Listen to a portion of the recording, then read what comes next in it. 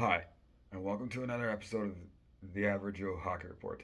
In this video, I ate my own words, and Montreal got Patrick Laine. So, here's my three reasons why I don't love the Patrick Laine trade, but also my three reasons why I don't hate it either. Here, we're gonna start off with the three reasons why I don't love the trade. Reason number three, again, is it really a long-term part of this team? Whatever. I would rather have seen like a young up and you know like a young guy who's maybe like just entering his prime, who's gonna have many more prime years left or whatever. Whereas Line A, the last couple of seasons and in Columbus haven't been so good, and he hasn't really been able to stay healthy and whatnot. But we'll see. Yeah, actually that's actually my second reason why I don't love it. My third reason is, or sorry, like my bottom reason for it is, because, here's a guy that's, um, been labeled as, a one trick pony, who doesn't really play defensive hockey, whatnot, just the narrative, just more or less the narratives about him. I honestly would have liked to, have gotten a more complete player or whatever, but is what it is.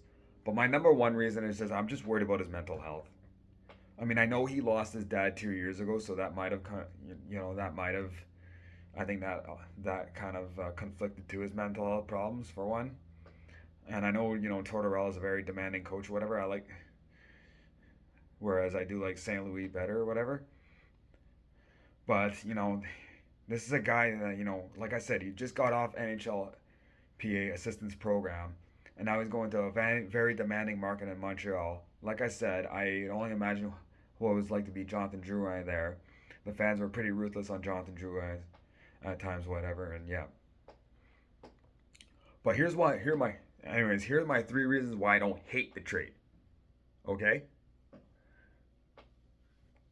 number three, let's let's sort of go away from Patrick Laine a bit.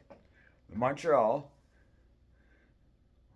I'm gonna say this, like, this is the third defenseman that they've parted ways with. They've already let Chris Wideman walk. They traded Jonathan Kovacevic to the Devils, and now they've traded Jordan Harris to the Blue Jackets.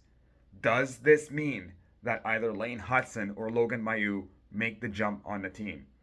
If it does, this could mean, a chance for either of them to jump into the lineup. Remember, Hudson played Hudson played 2 games for the Montreal Canadiens last season and had an assist in both games. Logan Mailloux played in the very last game of the Montreal Canadiens, had over 21 minutes of ice time, and had an assist. So, if these guys play on a regular basis and pan out, this will create more room for Laine. And this means a more prominent defenseman prospect getting a chance to play for the Canadiens and whatnot. So yeah, that's my third reason for not hating the trade. My second my second reason is you know this is a good short term trade for Montreal. They do need a perennial goal scorer. Um, Nick Suzuki is only Nick Suzuki has only gone into his prime now. Cole Caulfield's still trying to reach his prime, and Uri Slavkovsky, only reached 20 goals now. He, he's still, they're still so they don't really, besides Suzuki, they don't really have a proven goal scorer just yet. Well, I mean, you could say that Line A can be a proven goal scorer. He has scored over 40 goals before and whatnot. And his pace on Columbus was still good. It's just he couldn't stay healthy, and then he also was also in a very demanding environment in Columbus with Tortorella and whatnot. So I like St. Louis better because he's going to give it the opportunities to these young kids or the people that have talent and whatnot. So that's my number one reason for not hating the trade. It's not really a risk. It doesn't really set the team back. Like, even if it doesn't work out, even if it doesn't work out, whatever. They get on a second round pick for a defenseman that wasn't going to be a part of the team anyways. And then eventually after the second season, if it doesn't go well, it creates cap space. To add to it, I'm going to say this too.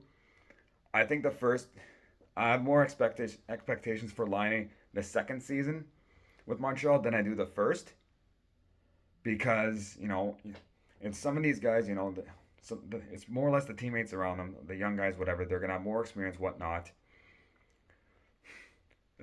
Especially if Hudson Mayu make the lineup for this coming season, and then the next season, who knows? He could even be paired with Ivan Demonov and whatnot. And if it still doesn't go well, come next season, you know, at least the two retention spots used on Jeff Petrie and Jake Allen, they're up at the end of this coming season. So they could try to retain salary and trade Laine away for assets. So this is a low risk move that does not set the team back in any way. So that's my main reason for not hating the trade.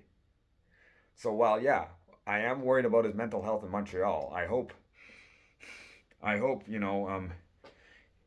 he's mentally well in Montreal and that we don't give him too hard of a time and whatnot, whatever. But this is also a low risk move. This is also a low risk move that doesn't set the team back and whatnot and whatever. This video is mostly based on opinion and may not have any implication on how Laine or any of the other players mentioned or whatnot fare throughout this season or next season or whatever. So remember, if I'm wrong, don't belittle me, educate me. Take care, everyone, and follow my Instagram account, The Average Joe Hockey Report, and my YouTube channel, Marty Tommy, in parentheses, Average Joe Hockey Report.